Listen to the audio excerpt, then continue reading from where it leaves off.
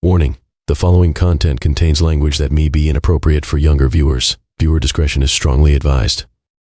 Hello everyone, welcome to the Let's Get Heavy podcast, your exclusive backstage pass to the realm of heavy music. Join us as we engage in conversations with amazing people across the metalverse who are making waves in the scene. I'm your host Stevie, and in this episode I'm talking with Jim from the Leviathan, so let's get heavy.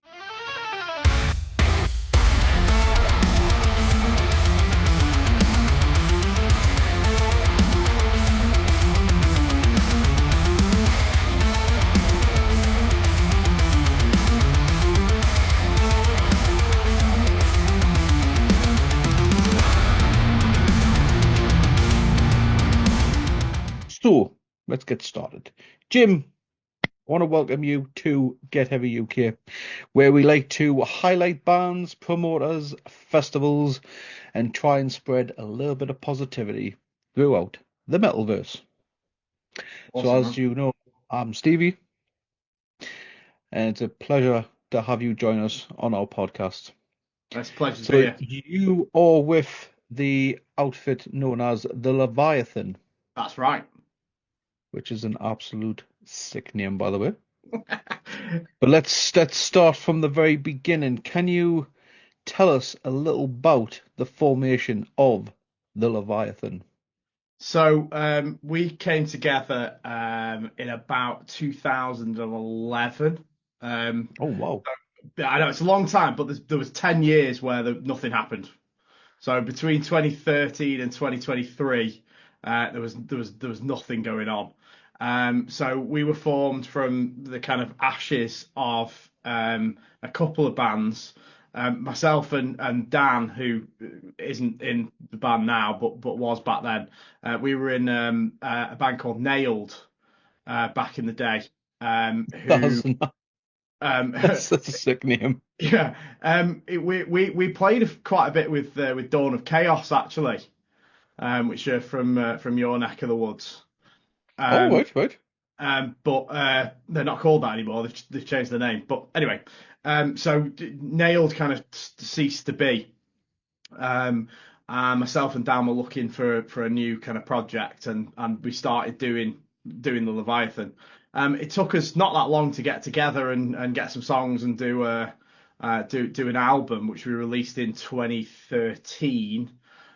But then after that, there was various things that went on to do with health issues with the drummer, and the singer Darren ended up moving back to Northern Ireland, and it all kind of just slowed down, and then eventually just stopped in about the beginning of 2014. And then there was a period of inactivity from 2014 to 2022. It might have even been a bit before that. Believe it or not, the drums for the EP that I sent you the link for, we recorded the drums back in 2019.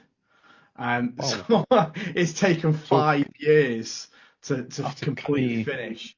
That was a canny length. Yeah, I know. So it was less than 10 years of inactivity, really, because I started working on it again thinking 2018, but it's taken 6 full years to get to the point where there's an actual EP that's coming out, which sounds insane, that length of time, I know. But we just had this COVID, and I struggled to find somebody to do the vocals.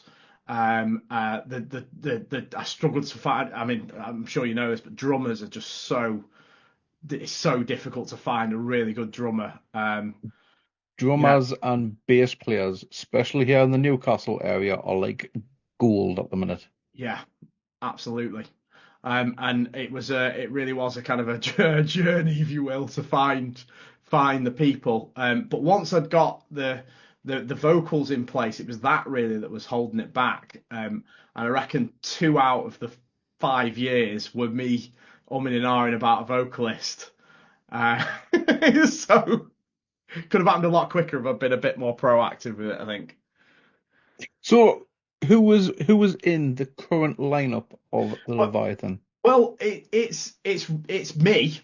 And then I've got friends who kind of contribute. So In fact, again, this sounds crazy, but it's been so long since we tracked the drums that the drummers actually stopped playing drums. What, So like just quit music yeah, altogether?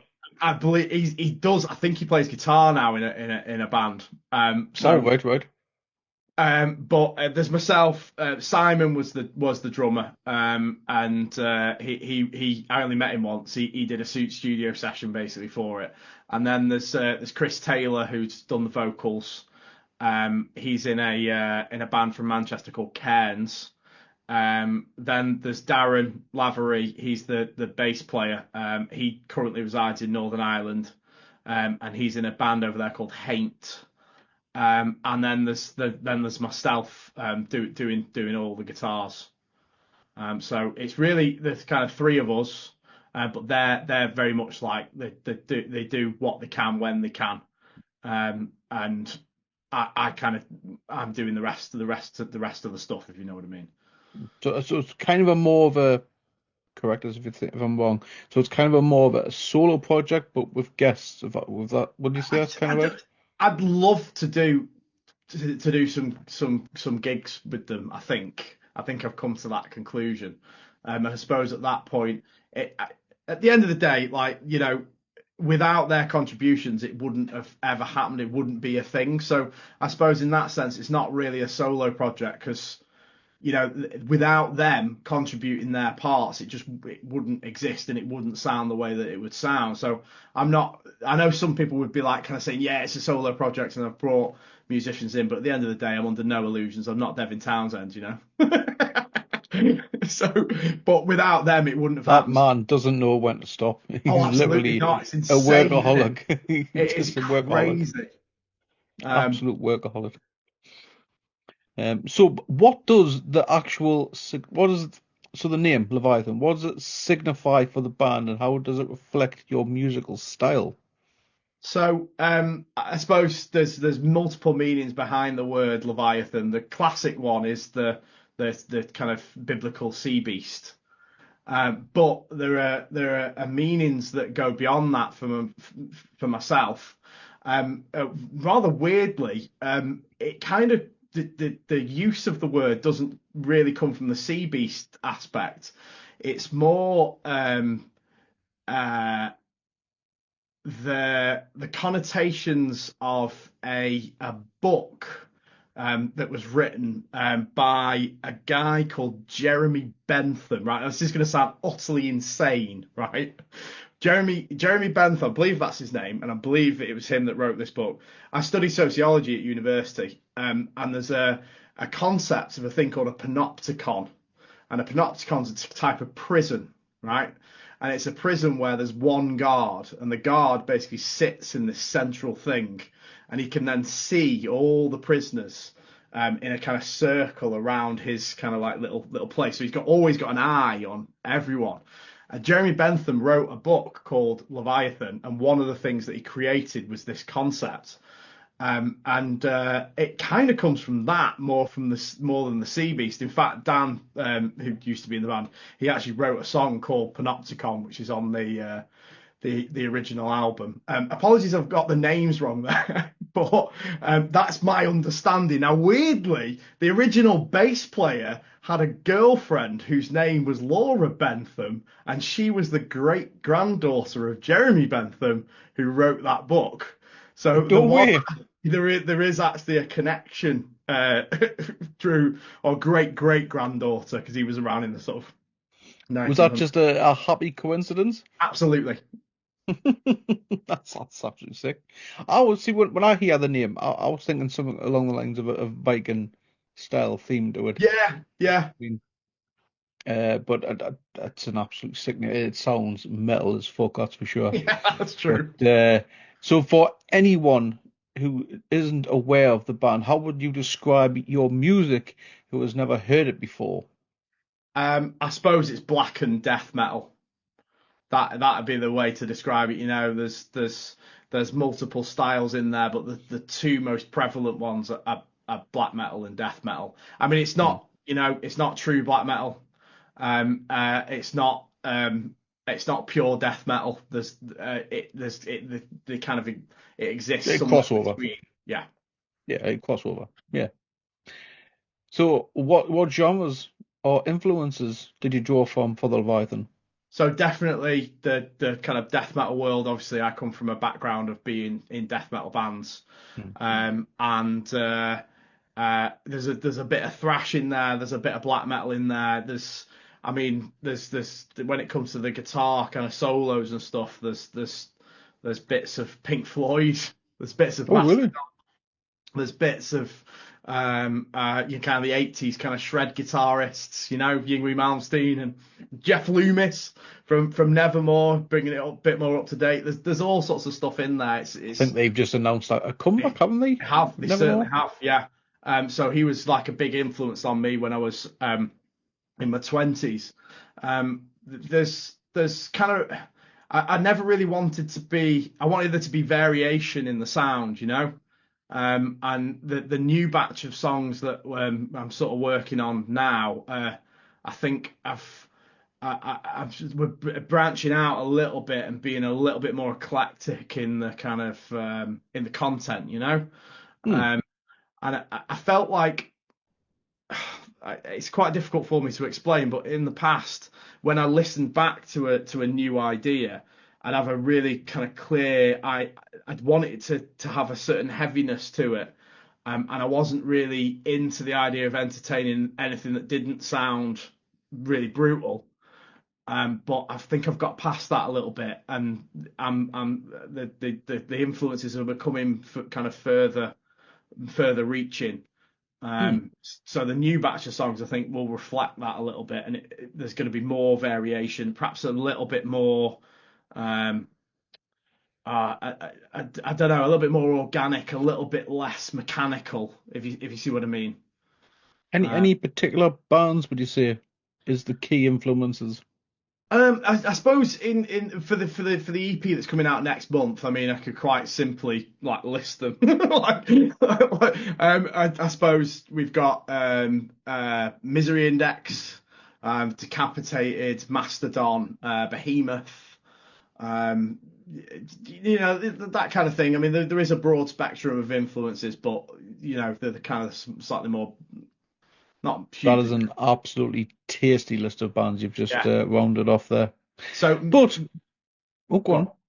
on. I was No, just going go. to say that one of the biggest influences for me, sort of in the past 10 years, has been the band Misery Index. Mm.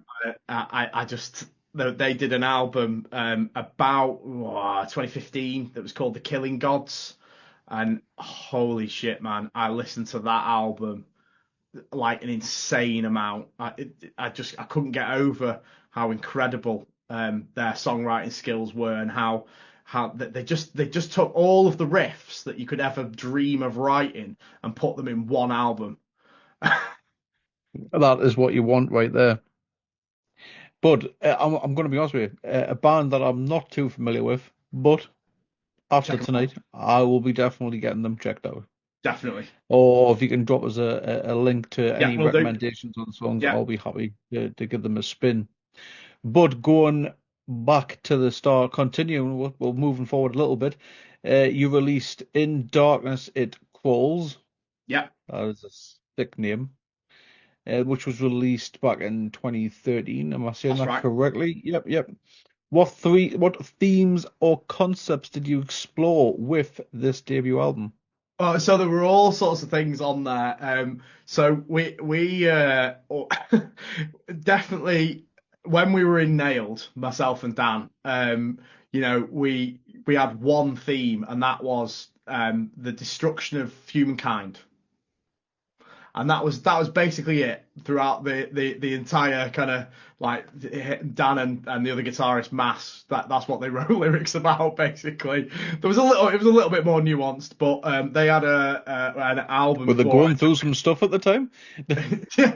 Yeah, I think Just so. really pissed. I mean, how old were they? I mean, late teenagers, I suppose. Oh What no, was? no, no! Like Mass was like in his 40s at the time. Oh, really? Right. So Yeah, I he was was. just thinking, like, just like a teenager's just pissed Yeah, off, hating the world sort of thing. Do you know what I mean? no. They had before I joined the band, they had an album that was called "Hatred, Failure, and the Extinction of Mankind." Wow. So it was that was it, but that was the kind of shtick. And some of the lyrics were fantastic; they were absolutely brilliant. But I think when that finished, it was all very serious, basically. So we decided that we wanted to do stuff that was a little bit more tongue in cheek. So there were songs on there that were about H.P. Lovecraft. In fact, that title track, "In Darkness It Crawls," is about I've forgotten which Lovecraft book, but there's a Lovecraft book that it's about. Dan and Darren wrote all the lyrics on there. I didn't do any of the lyrics. I did most of the lyrics, almost all the lyrics on the new one, but not the stuff back then. Anyway, they did a song called "Rain of Fire," which was about the film. Do you remember it, with Matthew McConaughey in it, that had the dragon? I was just about to say, was that the one based on the dragon? Yeah, that's right. Yeah. There was one about that. There was that Panopticon, as I've previously It's actually quite an underrated movie, if I recall. It certainly is. In fact, to bring it up to date, George R.R. Martin, when he first started doing the Game of Thrones TV show, he said that he wanted the dragons to look like the dragons from Reign of Fire, but bigger. And that, I mean, if you look at the character design between the two, they're really similar. I'll have to go back and give that a watch. Yeah. But anyway, we did a song about Game of Thrones, which was called "The Iron Throne." I mean, Game of Thrones. It seems to be just a metal band's basically dictionary where they can just run through. That sounds mint. It's either a band name or a song title. Yeah. If you just go through the original book series, it literally just is. I know. It's an entire encyclopedia on names. It's incredible, absolutely incredible. And back then, when that song came out, it was relatively new as a TV show, anyway. So I guess that we were a bit ahead of the curve on that one. But I'm sort of assuming like every man and his dog is at it now. I can't really remember any of the other songs, mate, to be honest. But it's quite alright. I mean, to be fair, mate, just points for creativity on some of the names, because, and not just just as a whole, I feel like in general, the creativity when it comes to names now, it just absolutely kills me. There's a band here in the Northeast called Ovulating Cadaver. Right. Which the band name alone should speak volumes of what kind. But they've got a song called One Man 69. That's great. You could just going from there. You could probably guess what. But they are absolutely lovely dudes, funny as fuck. But just yourself as well included. I mean, just some of the absolutely sick titles for songs. We once played with a band in London called Necrosadistic Goat Torture. That was one of my favourite. But the best band name I've ever heard was Dan, who used to be in the band. I rang him up once and I was like, "You're right, mate," and he was like, "Yeah, I'm in Leeds at a grindcore festival." And I was like, "Oh, right, cool. Have you had a nice time?" And he went, "Yeah, I've just seen Fuck Right Off." And I was just like, wow, like mic drop, done. There's a similar band now. They're just called Fucked Off. Oh, okay. Variations on a theme. So, yeah, honestly though, I mean, you got fucking Pig Destroyer. Yeah. If you can remember Pig Destroyer back in the day. So yeah, that's absolutely mint for the creativity. For names alone is absolutely sick. But getting slightly off topic. Looking back, how do you feel about the reception of In Darkness Calls today? Looking back, because that is quite some time ago. It's what, 12 years now? Yeah. I mean, I did listen to it in the car about 6 weeks ago for the first time in nearly 10 years. And some of the songs really do still, I mean, I've not been big-headed or anything, they do still stand up. They're great. I mean, and I'm amazed that that's the case. Maybe it's just me looking back on it and being like, you know. I mean, it still seems to be doing relatively well on Spotify. Yeah, I mean, Rain of Fire's sitting at over 6K players on Spotify. That's sick, mate. I think we I think if we'd been a bit more if things hadn't turned out the way that they turned out with various kind of health issues and stuff that at the time, I think we probably could have kind of grown it a little bit more. In fact, one of the band members' friends actually pulled him aside and went, "Listen, mate, you need to start taking this a bit more seriously." And Ian was sort of like, well, "I don't know what you mean." He said, like, I've listened to this thing. It's pretty good. There's some good stuff here. It's like, but you've just got to stop taking the piss. So we used to, things like I don't know. We did a gig once, and we were all in Santa suits because it was Christmas, and Makes sense. That's not extreme or anything, but we once did a photo shoot with a photographer, and at the end of it, the photographer didn't want to give us any of the photos because he didn't have a single serious photo out of any of the photos. He couldn't get us to do a serious photo. But the idea of doing the kind of mean, we'd been there and done that, but I suppose we were possibly a little too. You're in a band at the end of the day to have fun. Yeah. Are you not? Or is that just me? No, you're absolutely right. I mean, there's no point in just going. I mean, this is just my opinion anyway. Don't go on stage and just have a laugh with it. Absolutely. You're there to have a good time. It's supposed to be a release, not just for the fans, but for you too. I agree. Do you know what I mean? Because we've all got something going on at home. Could be a shitty job, personal issues. Do you know what I mean? And you need that kind of release. So just continue to do what you're doing, having a good time with it, having a laugh. Because you know yourself, there's not much money in this for anybody. No. So just have a laugh with it. Mm. And if it goes and blows up for you and gets huge for you, even better, but still continue to have fun. Mm-hmm. Because I do generally feel as well that when you are on stage, if you're not having fun, the audience isn't having fun. Oh, you're right. It's just where I see it anyway. You're right. It's totally right. Yeah. But was there any particular tracks that resonated more with the fans with this album? Right. Yeah, I think probably the two that seem to get the most kind of positive feedback from were the song "Rain of Fire," and then the Panopticon one. That one seemed to go down really well as well. So I think probably those two. I'm not sure if I'm saying the name correct. Is it Epoch? Epoch. That one, actually, we did have people that really enjoyed that one as well, which was quite surprising because me and Dan wrote that and we didn't really like it. Oh, really? Yeah, he just didn't finished it and we were like, it's all right. But that was probably like the least favourite out of all of them for us. Anyway, it's funny, isn't it? It is. It definitely couldn't agree more. But that's been a popular track for you. Yeah. Takes all sorts, doesn't it? Indeed. So, can you share any memorable experiences from the recording or the promotion of this debut album? Yeah, I mean the actual recording process was fairly really enjoyable, and it was an experience that I'll never forget. It coincided with I can't remember when it was, 2012, 2011, something like that. There was really heavy snow on Mother's Day, and whatever, it was either 2011 or 2012. And that was the weekend where we were due to do the recording.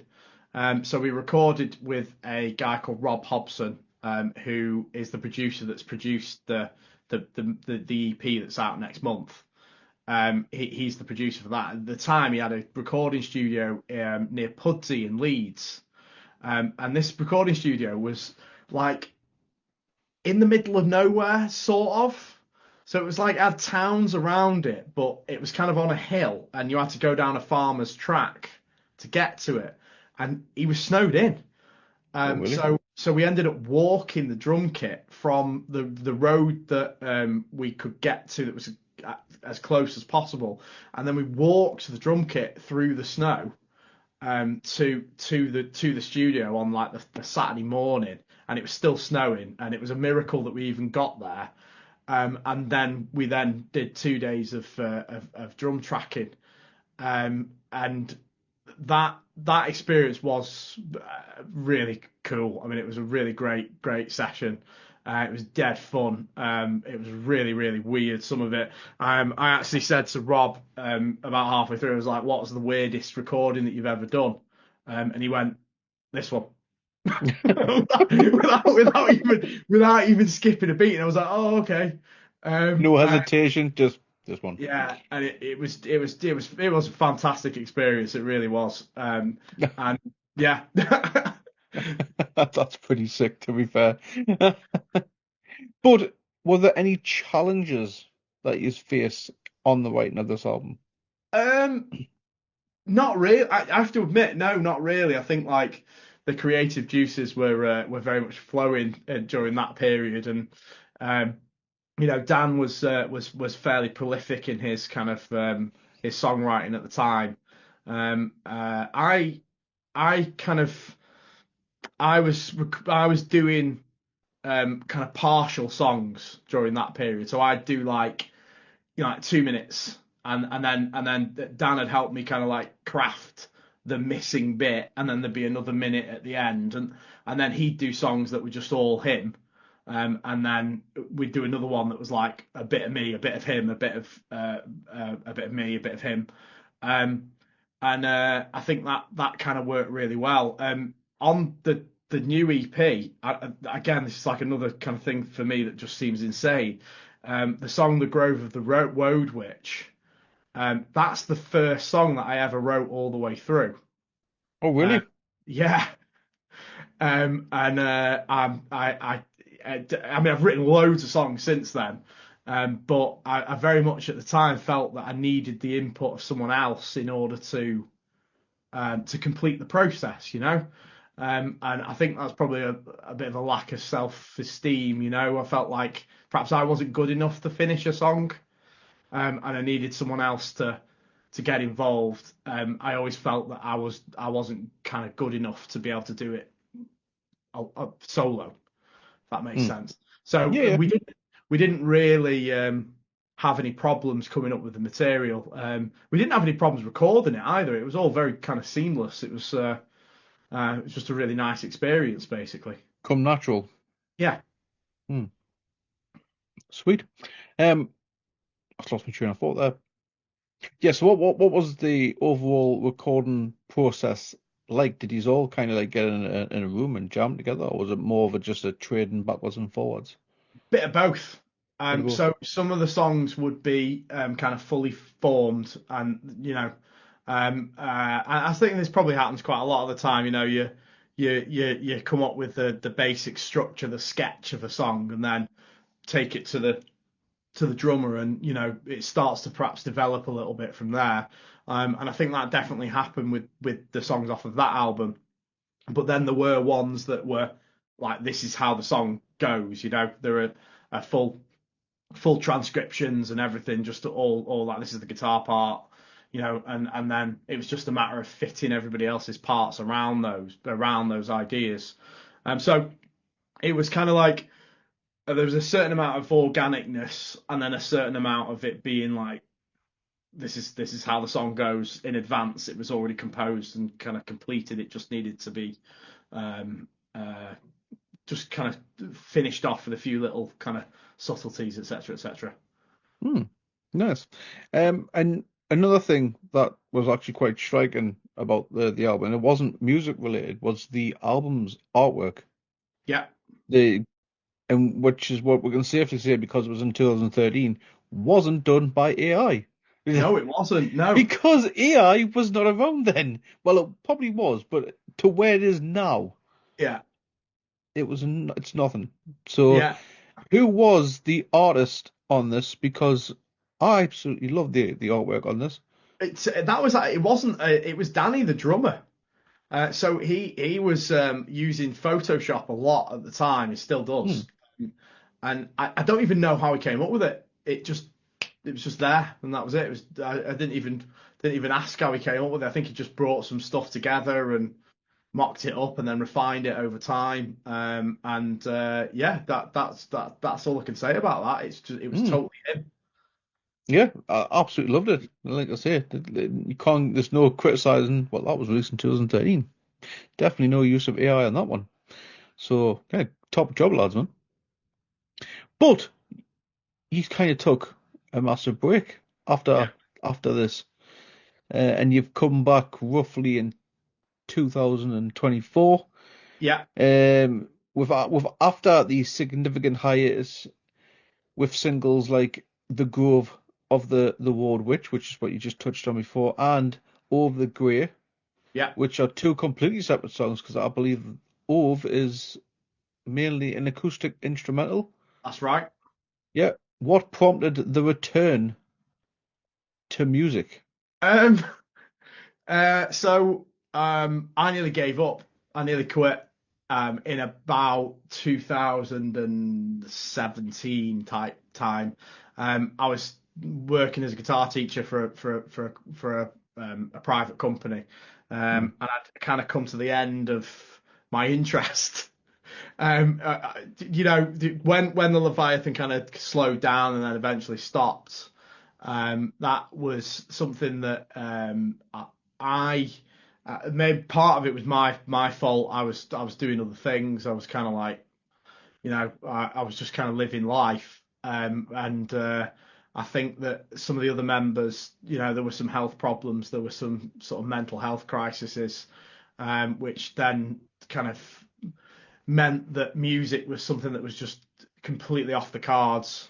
And I didn't really want to play with anyone else, if you know what I mean. And Hmm. I got so used to the vibe there and it all being so nice that I think I just had enough. I was even considering at one point a career change, and just doing something completely different, because I just didn't really find the joy in playing anymore.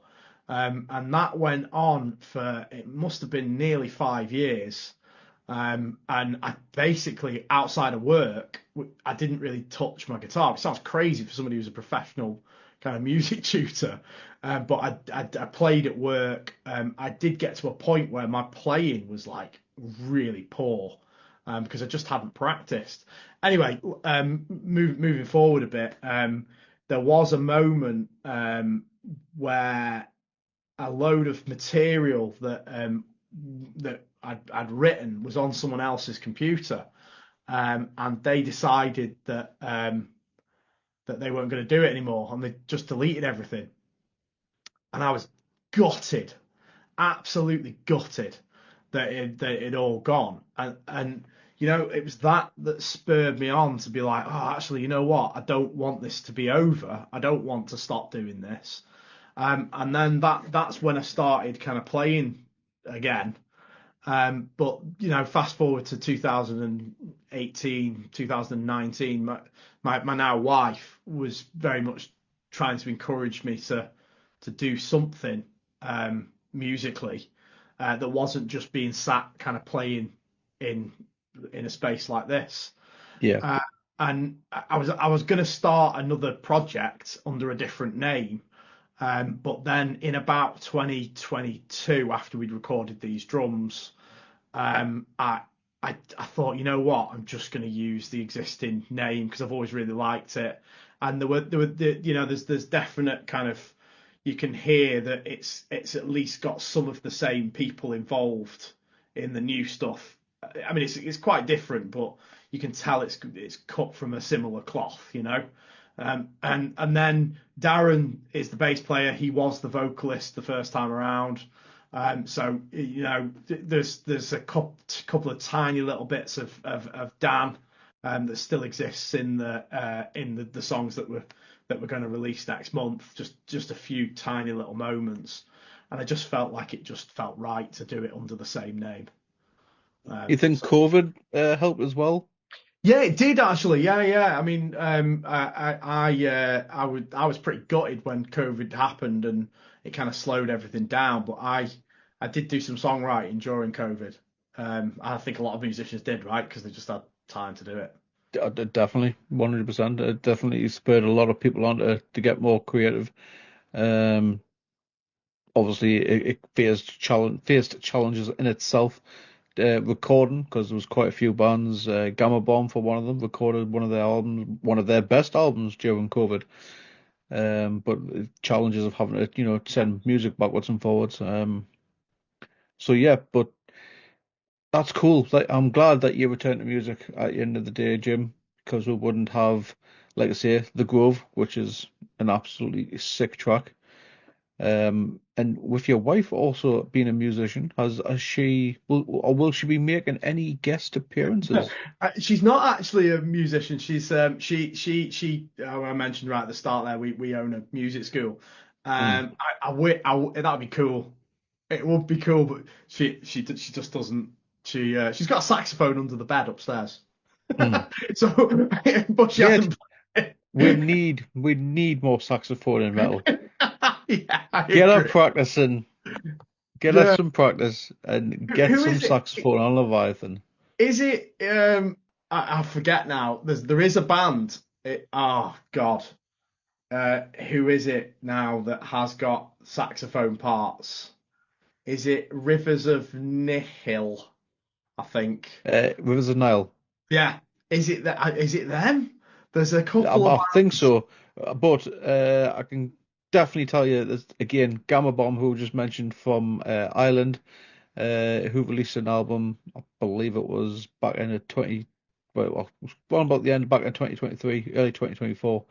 They've got a saxophone bit in there. I was absolutely blown away by that.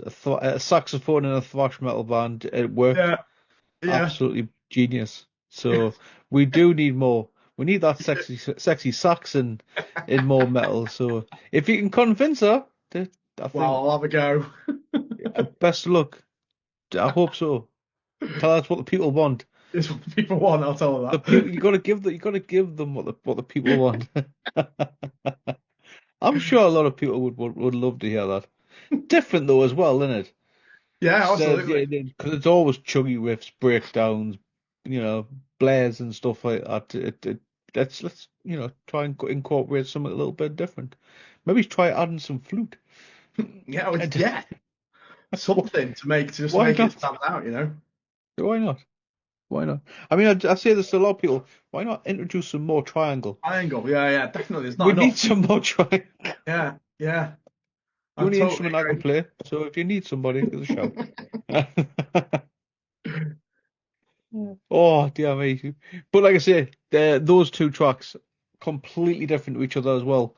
The Grove and I listened to Over the Grey earlier today. Fantastic, mate. Honestly, just I felt so chilled listening to it. Do you know what I mean? So, like I said, they're completely opposite spectrums because one's quite heavy and completely melodic. But how do the new singles compare to your previous work? And have your musical influences or songwriting approaches evolved over this massive hiatus?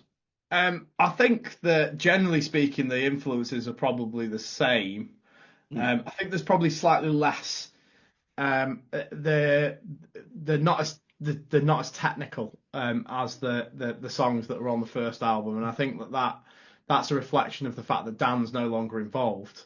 And he doesn't. I've tried to encourage him to start playing again, but he's just having none of it. So he very much was the main driver behind the kind of more technical side of things. I think there's probably the kind of the arrangements of the songs are not quite as complex. Because you can definitely hear that there's now one person that's kind of driving the songwriting rather than there being two. Um, Whether it's better for that or not, I don't really know. But I think that's one thing. It's kind of perhaps got a little bit more simplistic. which is not necessarily a bad thing. I'm not saying it's a bad thing.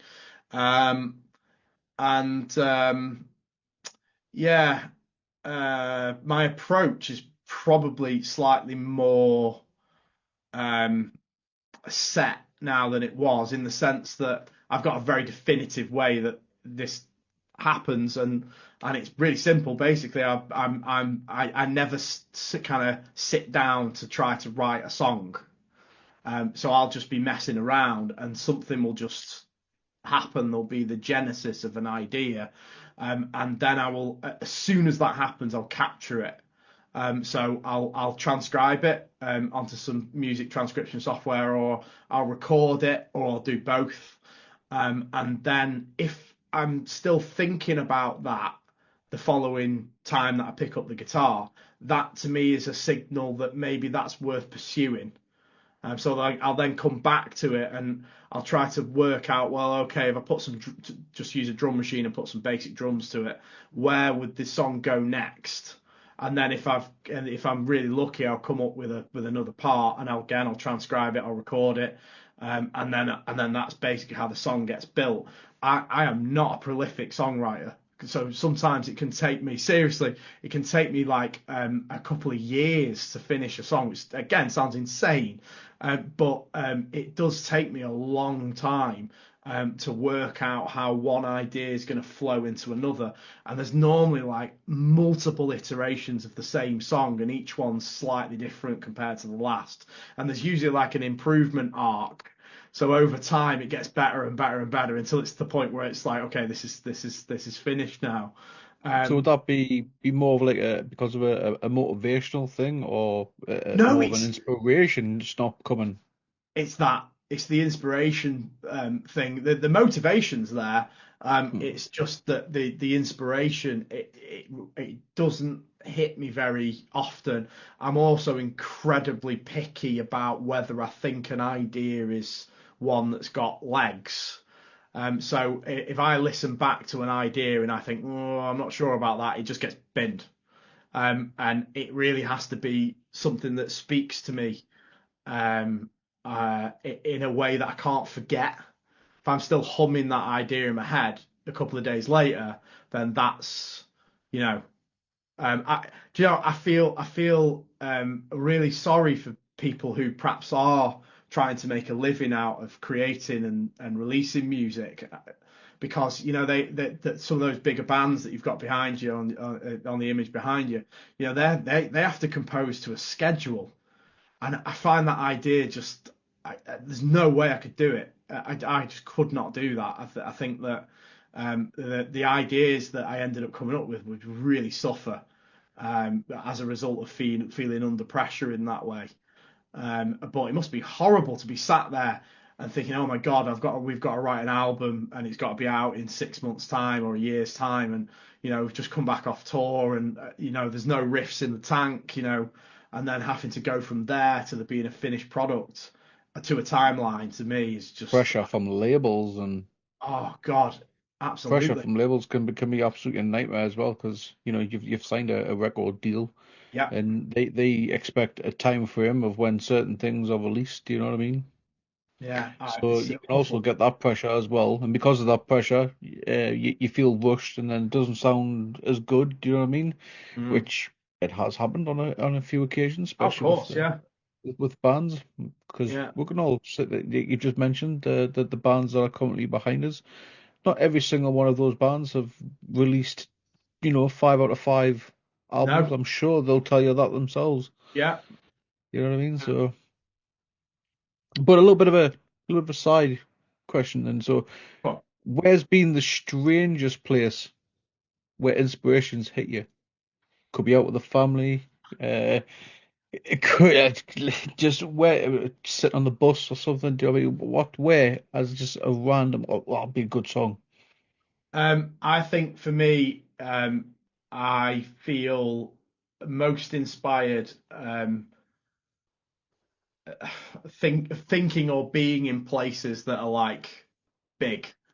So the mountains, you know, moors. You know, I grew up in Derbyshire, in a place called Coombs, which was like a tiny little village surrounded by moorland. and I moved out. We moved away from there when I was 13, but weirdly, that still feels like kind of home. I still think about it quite a lot. So whenever and I think that kind of thing, it does. If you've grown up in that environment, it affects you. And when I go to places that are big, that's when I do feel quite inspired. I also get really inspired by history. The combination of those two things is where I draw a lot of inspiration, both musically and lyrically. Sometimes Any particular point in history uh, or time?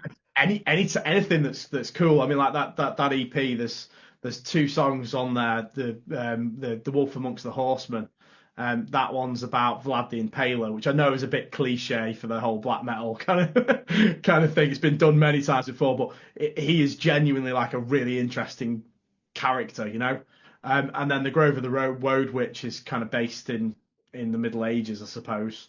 And I probably the genesis of both those ideas is just watching a documentary about something on YouTube when I'm doing the washing up or whatever, and I've gone like, oh, that's pretty cool.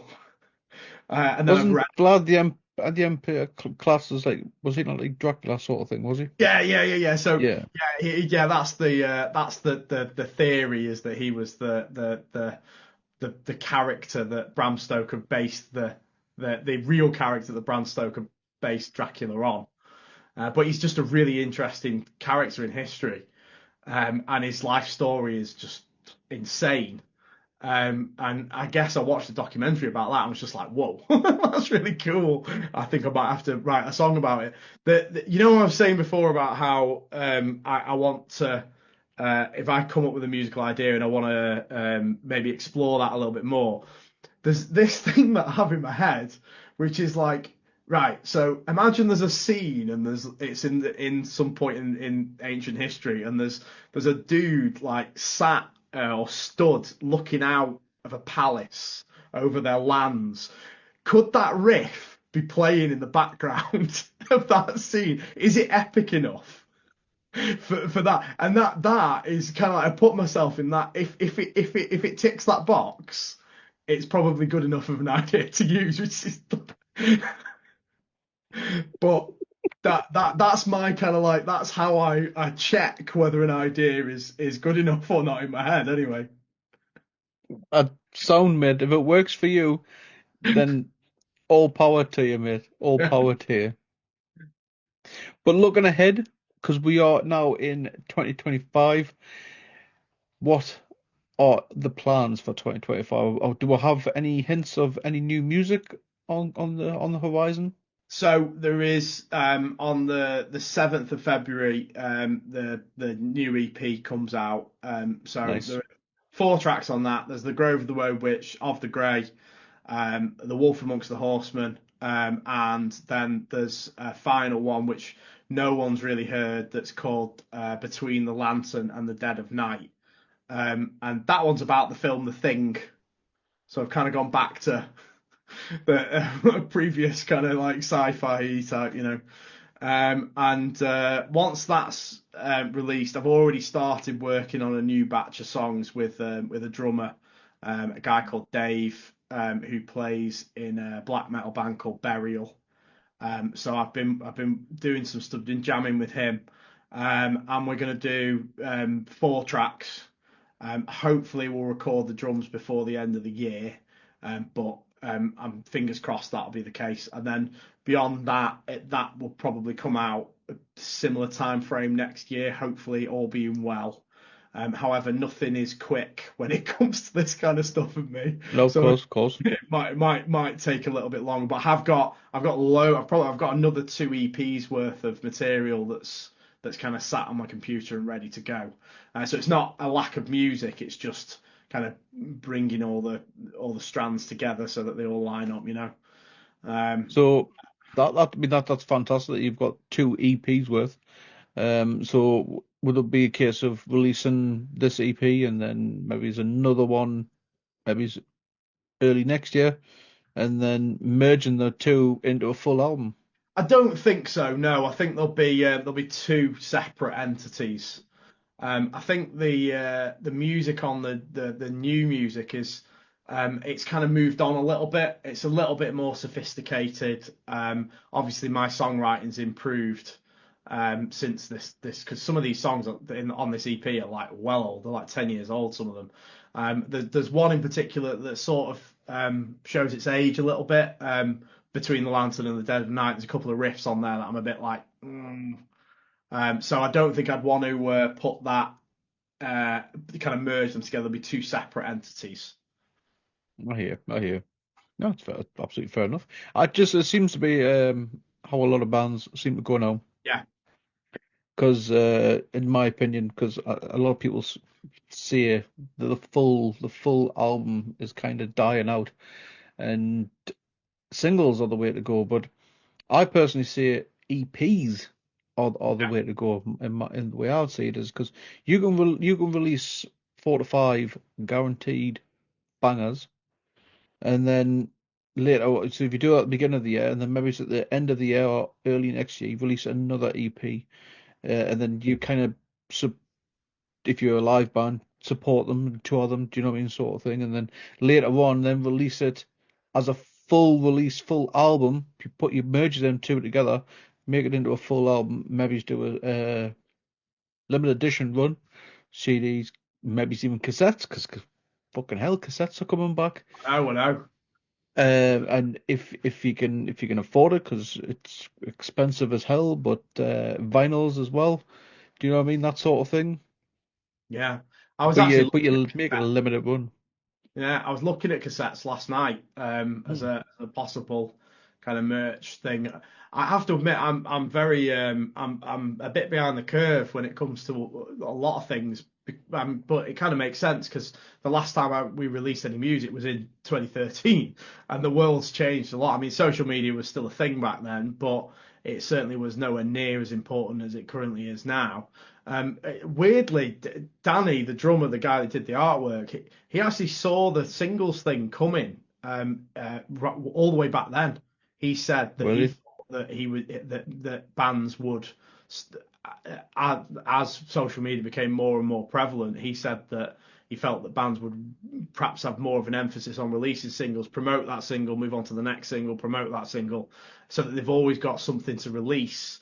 And that's kind of what I've done with these 4 tracks on this This is the EP. thing when it comes to being in a band now, you can't just be a musician. You've No, got to be a content creator on top of that as well. absolutely. You with us? So 100% right there, what you've just stated there. So that way you've got something constantly being released, and then people can see that you're constantly being active. Because if you release an EP or an album, and then what's left for you to Yeah. post other than tours? But if you're not a touring band, Mm, you've got nothing. Do you know what I mean? But you've also run the risk of, if you're posting too much, of being oversaturated. yeah, that's right. And with social media, if you post far too much, Facebook doesn't push it out, No. which is where we struggle quite a bit, because we post quite frequently on all our platforms, but it doesn't get pushed out. No. Unless we're talking shit about somebody, which we 100% are against. No negativity across any of our platforms, because I can't be bothered with it. It's easy. No. Anyone can jump online and start talking shit about another person or another band, and I absolutely hate that. So, and at the end of the day, I only want to promote positivity. If that means I'll only get 1 or 2 likes, at least I know them people agree with me that all they want is positivity. Hmm. So yeah, so there's a couple of risks as well. So oversaturation, which is what you don't want, because this the entire music industry is oversaturated with because anyone can release a song, can't they now? Oh, cool. Yeah, absolutely. Yeah. Yep. Yep, I can release just a triangle solo and upload it to Spotify, Yeah. YouTube, I think and should it's I everywhere. listen to it? Yeah, but I imagine it'd be quite possible I mean, I'd question your mental stability just for me, just Dinging the fuck out of a triangle for 3 minutes with that face that you've literally just. But yeah, like I say, it's literally possible to anyone. Because of that, it's made an oversaturation, and now because of AI as well, you can literally just, which is, I don't know if you attended any of our live streams on Twitch. People are now coming into my live streams, and then they are just literally throwing fully AI generated songs at us. I mean, they sound good. Don't get us wrong, but you're just literally creating a more oversaturation to the scene Right. that's already there. There's just no authenticity in that whatsoever. And I mean, I'm when it comes to things like black metal, I'm sort of very much on the periphery of that world. But I get some of the things that some of the ideals that they kind of live by, in the sense that things do need to be authentically true. I think some of it's a bit much for me. Some of their political views are a little bit, well, very much too much. Um, but their attitude towards the creation of the music, I believe there is something in that world, which is that it's got to be real. There's no point in creating anything that's not real, because what are you I mean, what can even AI be really considered as creative? no, I don't see how it can. On a fundamentally kind of philosophical basis, it isn't creative. I mean, the people that are creating the systems are creative. I actually have a student who works in AI, and I don't Oh, really? doubt he's a creative guy, and he's doing things that are incredible. But in terms of artistic authenticity, I don't see how you can be an authentic producer of art by using AI to create that art. You're nothing but a curator. So you're just picking things that you think sound good, that have been created by a computer system, and I don't see how that's being creative. That's not our dictionary definition of human creativity, is it? Hmm. It's something else. It's something other. And I do feel that there is space in the world for people making music, which means something to the people that make them and the people that consume that music. And that space will always exist, but it's becoming more and more of a niche. I mean, you just look back. We can look at the world of metal more generally, and we have become a very digital genre, in the sense that when it comes to music production, things are becoming more and more and more and more mechanical. We're using AI programs to edit performances that human beings, and there becomes a point there where it's no longer human. It's not your performance. There's no emotion in it. It's just been kind of made into um, a robotic thing, a mechanical reproduction of a performance. And there's no emotion in that for me. I mean, when it comes to the producer that we've used, Rob Hobson, I very much have told him again and again and again and again. He gets it. Don't over edit. Like, if there's a mistake, just leave it in. Hmm. And he has left. There's mistake on that, the Grove of the Woe Witch. There's a couple of you won't have as some, if you'd listened to it a few times, you wouldn't know that there was a mistake there. I do. I know that there's a riff that the right at the end of the song. There's an absolute corker of a mistake, but it's just got left in. There are little things that are wrong with the drums. Wrong. I'm going to say wrong like that.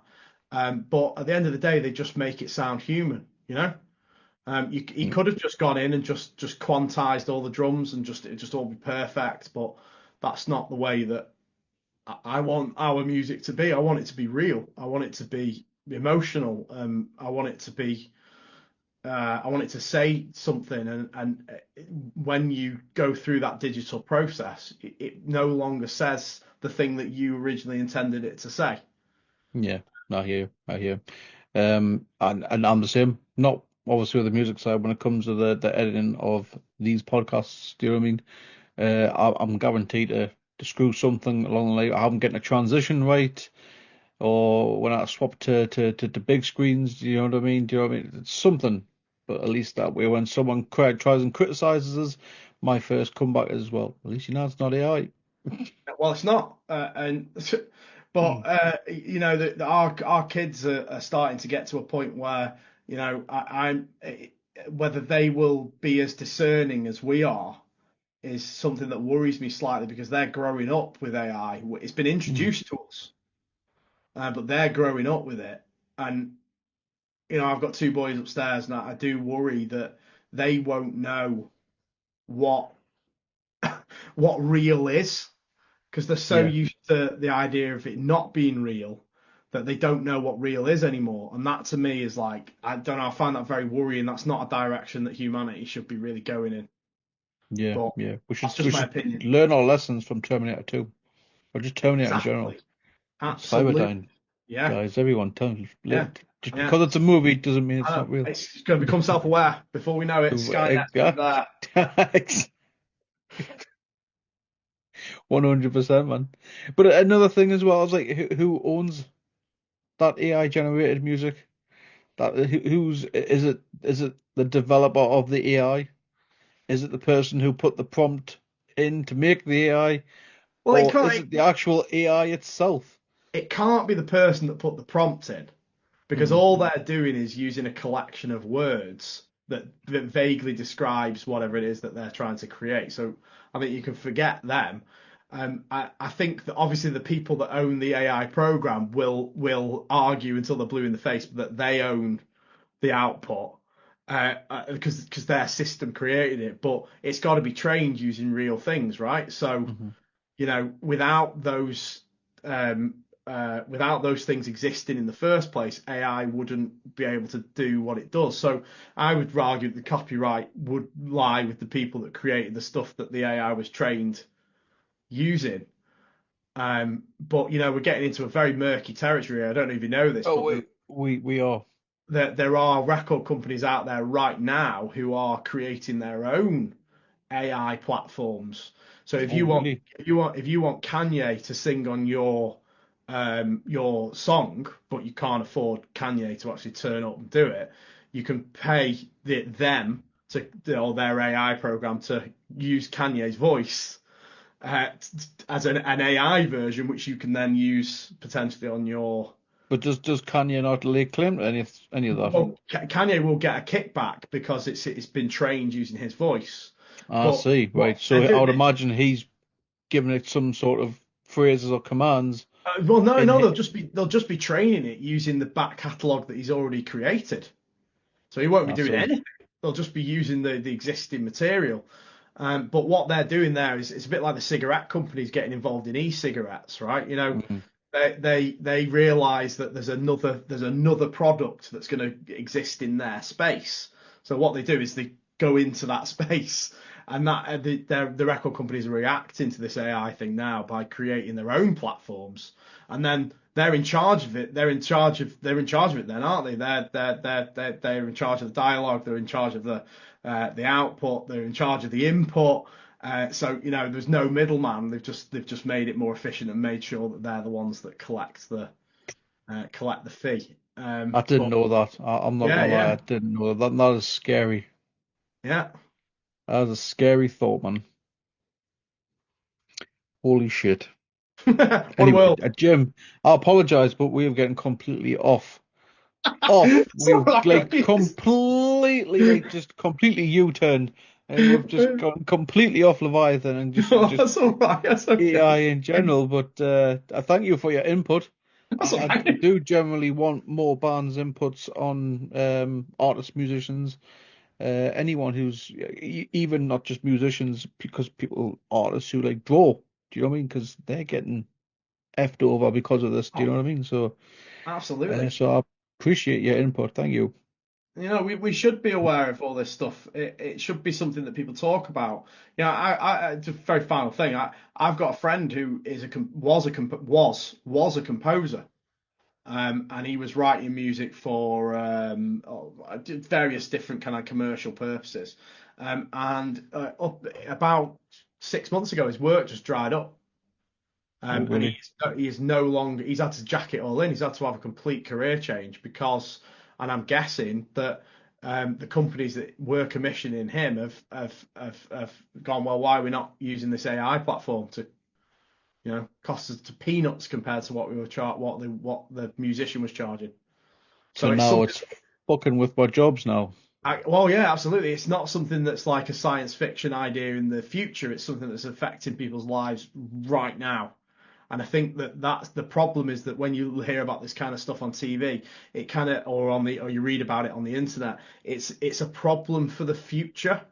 But actually, it's a problem that exists right now. It's Yeah, affecting people's lives. So it's something we should talk about. definitely. Scary time, man. Yeah. 100%. Definitely some scary time. But with your new music coming out this year, are any surprises, any collaborations due on this EP? Um, not really. No. Well, I suppose the whole thing's a bit of a collaboration, isn't it? Really, but no. Hmm, that's fair enough. What's the title of this EP? The one that's coming out in February, Yeah, it's called The Wolf Amongst the Horsemen. the nice one, nice one. So we're going to move into a couple of, I would say quick fire, but I can imagine going off past interviews. I say quick fire, but they never tend to be quick fire. Okay, I'll try and keep them as quick fire as possible. But we ask all our guests this question because it's what the Get Heavy community wants, and because I'm from Newcastle, so you can probably might understand where it's coming from. But what is your Greg's order? My Greg's order would be, if it's Christmas, it would be a festive bake, Nice, good choice. and a the toffee donut.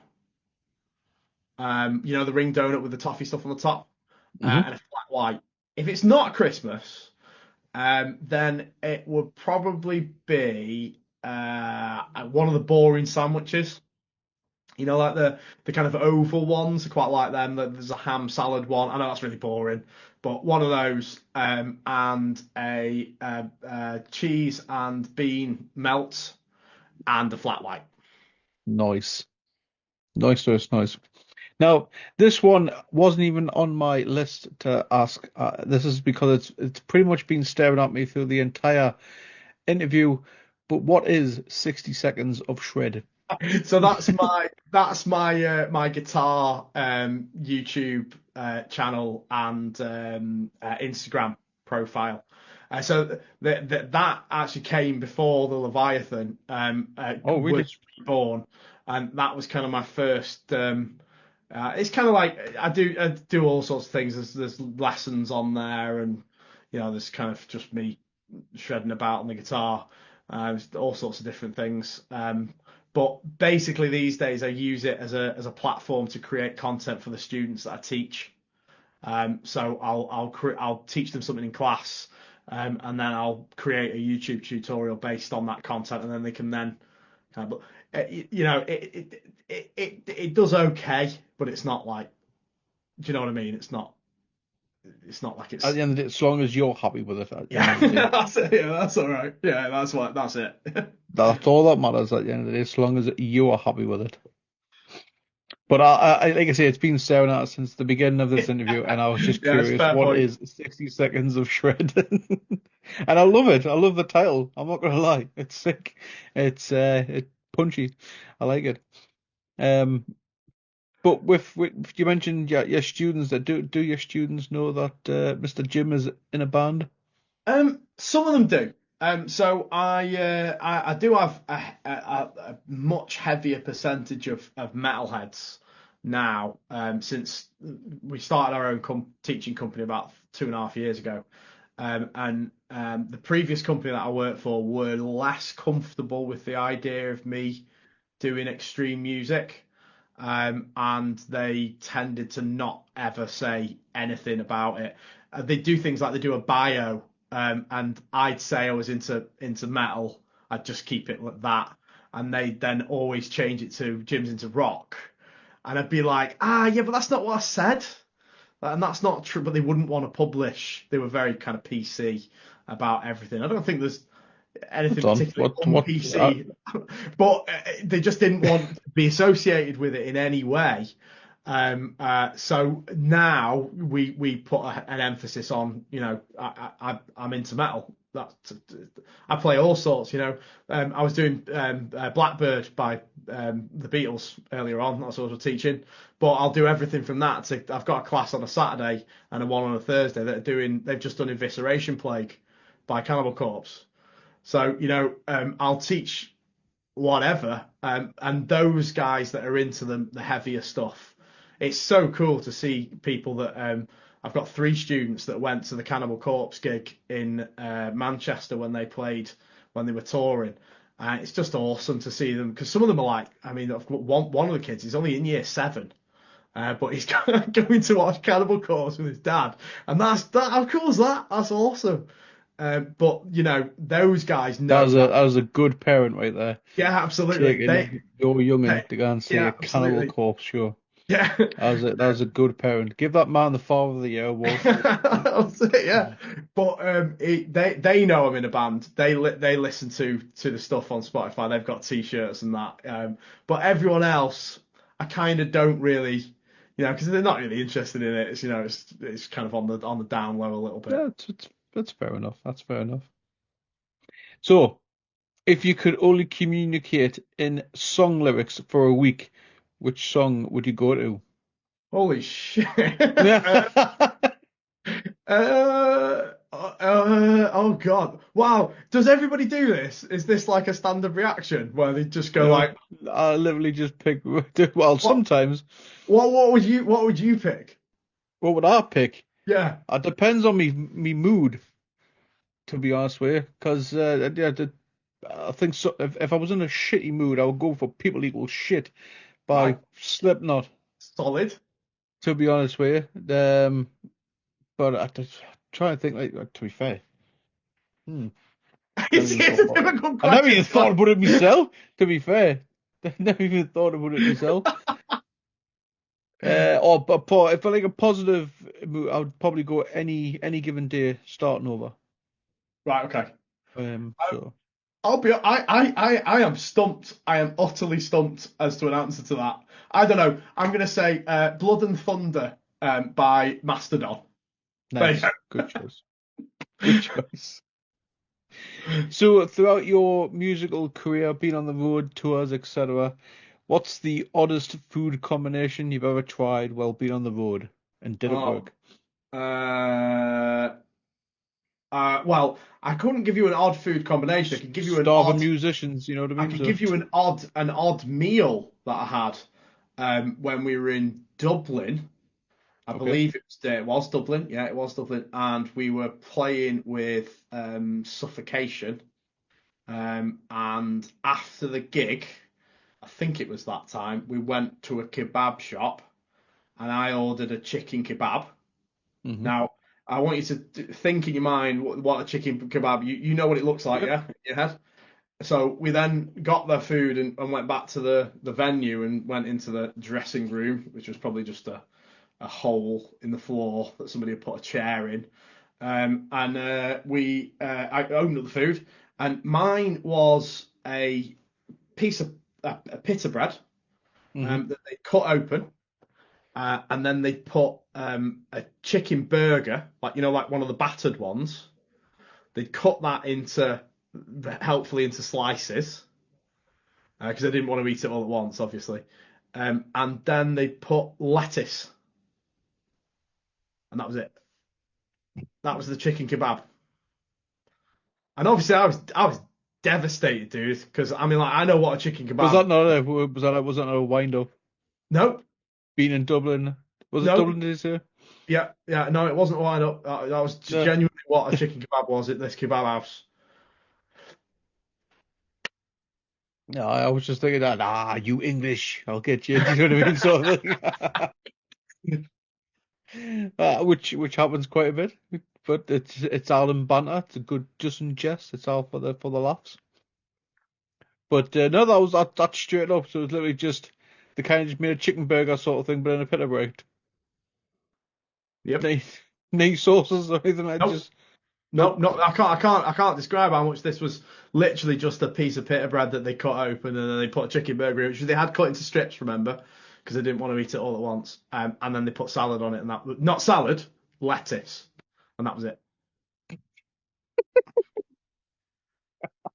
Oh, there we are. and how much was that? If you don't mind me asking. I've no idea. No. Going back a long time, I don't know. But Hmm. whatever they charged, they were charging too much. So it's out one of our places still going. Who knows? I hope not. Can you remember the name? No, I not was at gonna all. say, if you could remember the name, we should try and like search Name them and on shame. Google. Leave them a review. Can you remember back in 2014 when you fucking left? Give this poor Jim, starving musician, just a pita bread, chicken, well, technically a chicken burger and some lettuce. That's right. You Gutted. fucking scarred that man for the I rest of know. his life. I know. Still talking about it I know. I now know. I'm in still. I mean, 2025. I know. We're talking like. I mean, it has left them. It must have left a mark because that's what getting off when that was happening, that nearly 20 years ago, and I'm still thinking about it. So. Bloody hell. Um, if someone made a movie about your band, what ridiculous title would you give it? Uh,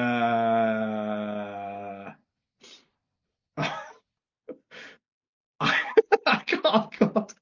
I wasn't Or expecting. they put you on the spot. Um, like a long time with no progress.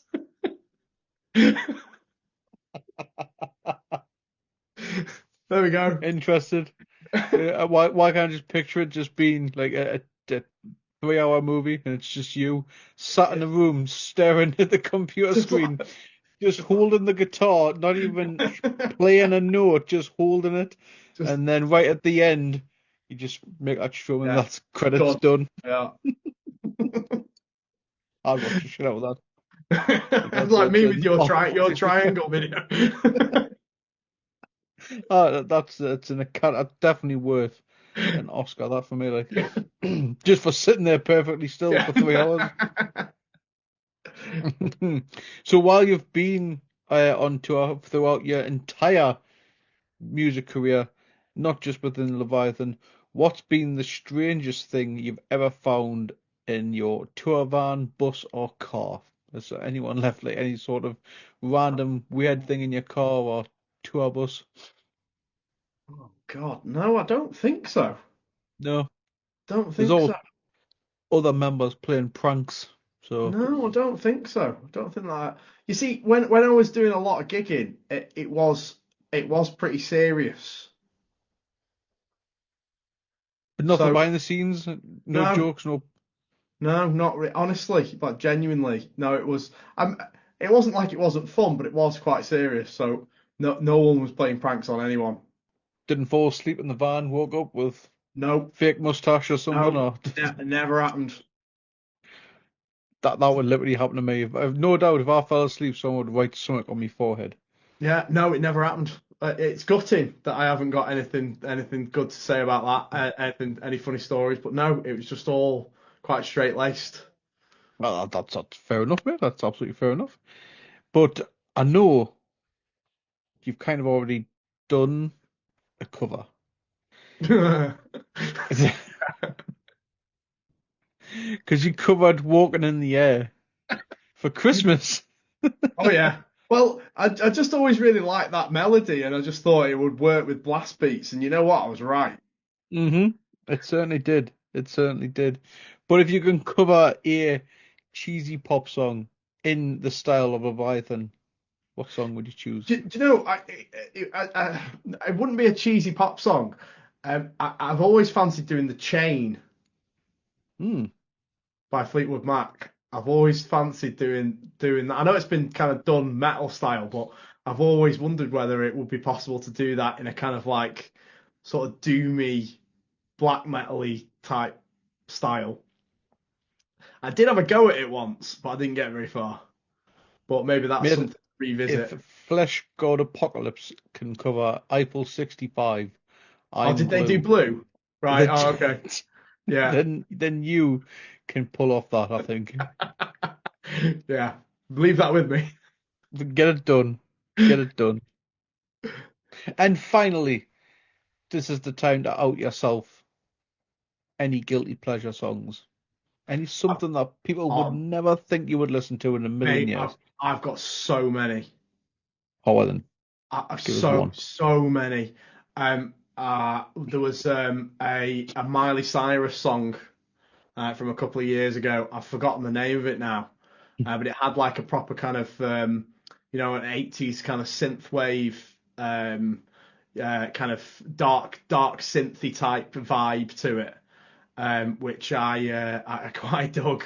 There was a dude called Kavinsky. There's a DJ called Perturbator who goes.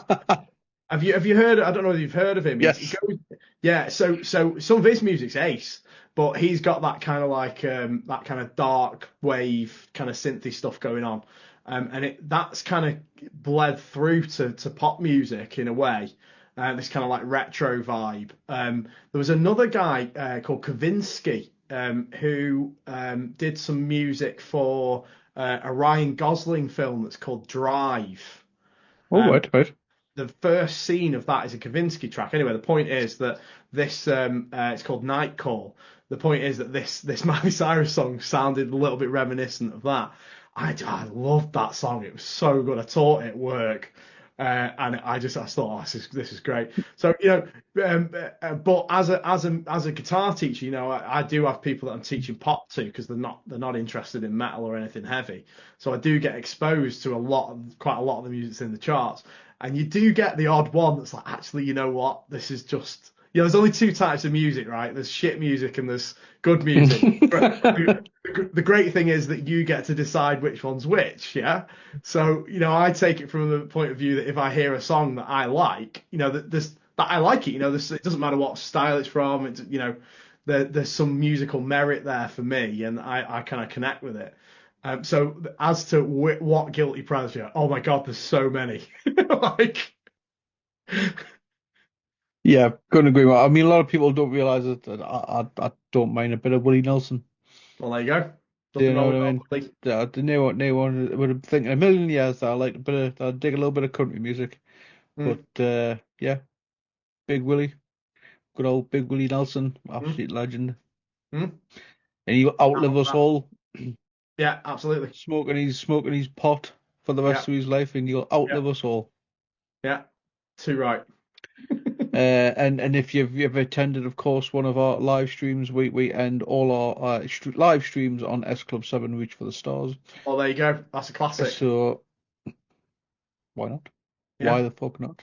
yeah, No, what's great though is that no one ever expects it because we've listened to all this angry, aggressive music for almost 3 hours, and I wind everybody up and I tell them, right, here it comes. This is yeah, the Get It Heavy UK anthem. It's the heaviest song of the night. You better be ready because you're gonna prolapse with this yeah. song. And then that first note comes in and everyone just pisses themselves laughing. My favorite Spice Girls song was that one that's called Two Become One. Hmm. That was a banger. That was. That had some really Hmm. interesting chord progressions in it as well. Yeah, Really cool. Yeah. So. nice one. Like a bit of steps as well. Oh yeah, yeah, they're all right. Yeah, yeah, yeah. I'm more of a Spice Girls person myself, though. No, fair enough, fair enough. What about Venga Boys? Uh, yeah. Yeah. Uh, Nah, no, well, uh, no, no, no, no, but kind of please everyone. Can't please everyone. no. Well, Jim, that's all we've got time for. But before we do call it, is there anything that you wish to plug before we end our night? I'll just finish by saying that our new EP, The Wolf Amongst the Horsemen, is out on the 7th of February. And yeah, check it out. It's got some Where bangers we'll on. be able to find this EP? Will it be on all streaming platforms or? It already is. It's already there. And it'll be on YouTube as well. And obviously I'll post the links and stuff as soon as it's live. No worries. And if we want to keep up to date on everything that is Leviathan, where can we find you? Instagram is the first port of call, and Facebook as well. Also on Threads, on Blue Sky, but I haven't really got the head around what it is. Blue Sky is potentially for content creators, or what I've seen so far. It's essentially a clone of the old Twitter Yeah. without the colossal bellends that go along with the old Twitter. Well, that's If you were, good to know. yeah. So it's a good nifty little platform. We use it ourselves. Touch wood, in the short period that we've been on, we haven't come across anything negative, or we haven't encountered any, like I say, Colossal colossal bellends. bellends. So, Yeah, we can all do with less of that, can't we, in our lives? Less of the colossal 100%. bellends would be nice. 100, just anything negativity, mate. Like I say, we touched on it previously before. I haven't got time for it. No. Do you know what I mean? I see it all the time with the YouTube side, especially with other. I'm not going to mention names because I'm not here to start any YouTube beefs or anything like that. But I see it all the time where there's somebody who's done something in the metal world. The one recently being Finn McKinney, who's left YouTube, and everyone jumped on it. Everyone just giving the man so much hate, jumping on all the negativity. Do you know what I mean? And they probably didn't even care that he left. They just jumped on it because they want them views. They want them likes. They knew it was going to get them likes and it was going to get them clicks. Negativity sells, man. And if I'm just gonna, if people's gonna come and give me, well, your videos only got a couple of hundred views, doesn't care. Yeah. At least I know those people who's watched that content at the end of the day don't deal with negativity. No. And I can't be bothered with that. Yeah. Do you know what I mean? I'm nearly 40, mate. Can't be bothered. Yeah. Life's too short. Yeah. Exactly. Just promote positivity, man. Yeah. Put all about. Just positivity. But all links will be in the description of the video and on Spotify and wherever else you can get your hands on a podcast, because I span it to everywhere. Excellent. So appreciate your time, and I'm going to leave you with the Get Heavy UK creed, which is the rules of the pit or the rules for life. When someone falls, we pick them up. Awesome. Well, thank you very much for having me on, man. It's been a Not a pleasure. problem.